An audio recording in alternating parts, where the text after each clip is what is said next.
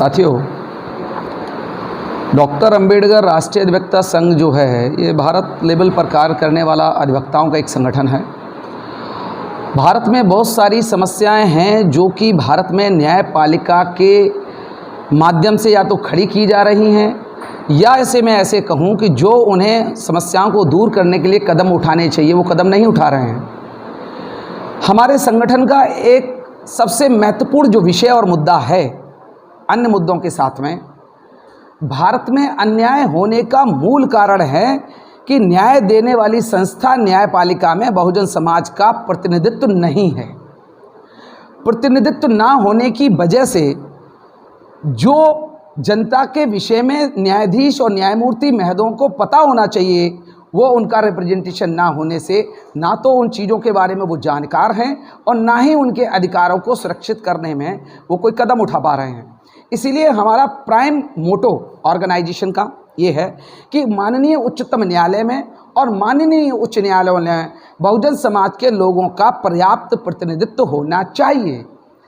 नहीं है, इसकी एक वानगी मैं आपको कहना चाहता हूँ। अभी रिसेंटली ऑनरेबल सुप्रीम कोर्ट में 9 जजेस का एलिवेशन हुआ। उस 9 जजेस में से एक जज भी शेड्यूल कास्ट का नहीं है। अभी सोशल मीडिया के माध्यम से हमें पता चला कि 13 वकीलों का नाम इलाहाबाद उच्च न्यायालय के लिए जज के रूप में एलिवेशन के लिए फाइनल हुआ है, लेकिन उन 13 नामों में से एक नाम शेड्यूल कास्ट का नहीं है। मैं ये सवाल उठाना चाहता हूं माननीय न्यायालय के समक्ष, इस भारत की जनता के समक्ष, कि भारत की न्यायपालिका का ये कहना है कि 70 साल से ज़्यादा हो गए आरक्षण को लागू हुए और पर्याप्त विकास बहुजन समाज में हो चुका है, इसलिए आरक्षण की जरूरत नहीं है। तो मेरा ये सवाल है, अगर आरक्षण की जरूरत नहीं है और पर्याप्त विकास हो चुका है तो 9 जजों में से भी एक जज सुप्रीम कोर्ट में क्यों नहीं? और हाई कोर्ट के लिए 13 नाम फाइनल हुए और पर्याप्त लोगों का विकास हो चुका है तो एक नाम भी शेड्यूल कास्ट का क्यों नहीं? अगर पर्याप्त विकास हो चुका तो आप ये नहीं कह सकते कि हमारे समाज में लोग उपलब्ध नहीं हैं। अगर आप जानबूझकर वहां नहीं रख रहे हैं तो हमारे साथ ये भेदभाव है। और यदि आप कहते हो कि हम भेदभाव नहीं कर रहे हैं, लोग उपलब्ध नहीं हैं, तो फिर ये आपकी बात गलत हो जाती है कि हमारे समाज में 70 साल रिजर्वेशन लागू होने से पर्याप्त विकास हो चुका है। मैं इसकी रिसेंटली एक वानगी आपके समक्ष रखना चाहता हूं।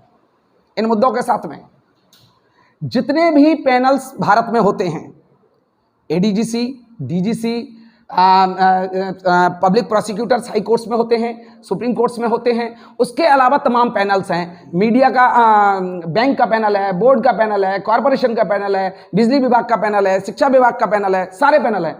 किसी भी पैनल में कोई भी पारदर्शिता अपॉइंटमेंट की नहीं है, जबकि पब्लिक एक्सचेकर से वहां लोगों को फीस मिलती है, लेकिन बहुजन समाज के लोगों का उस पैनल्स में कोई भी रिप्रेजेंटेशन नहीं है, जो कि निश्चित रूप से बहुजन समाज के साथ में अन्याय है। इस अन्याय का एक मैं लेटेस्ट उदाहरण आप सबके सामने रखना चाहता हूं।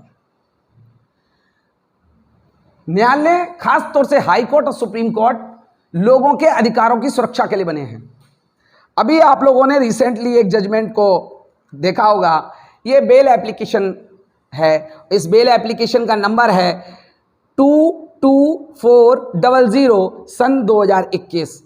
जावेद बनाम राज्य उत्तर प्रदेश, इलाहाबाद उच्च न्यायालय की बेल एप्लीकेशन का नंबर है। इस बेल एप्लीकेशन पर हमारे माननीय उच्च न्यायालय के माननीय न्यायमूर्ति माननीय शेखर कुमार यादव साहब का ये निर्णय है। ये जो निर्णय उन्होंने बेल एप्लीकेशन पर दिया, जावेद नाम के व्यक्ति की बेल एप्लीकेशन है, बेल उन्होंने खारिज किया। हमारा इससे कोई कंसर्न नहीं है, उन्होंने मेरिट समझी, निर्णय दिया, हमारी कोई दिक्कत नहीं है, न्यायालय का क्षेत्राधिकार है।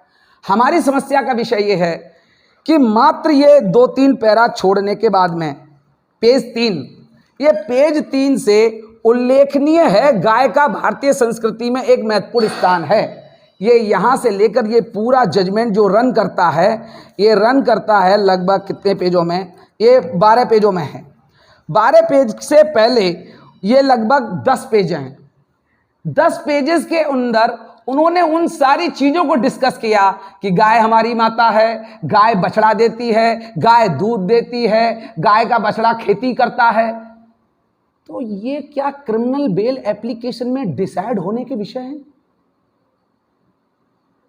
निश्चित रूप से कोई भी legal expert legal expert, the person who is the legal expert knows about the criminal jurisprudence or the criminology, cannot say it can be a material to decide the bail application.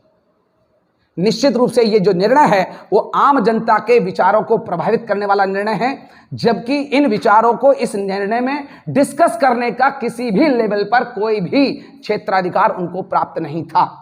इसलिए इस देश का representation हो न्यायपालिका में, इसकी महत्वपूर्ण लड़ाई डॉक्टर अंबेडकर राष्ट्रीय अधिवक्ता संघ लड़ रहा है।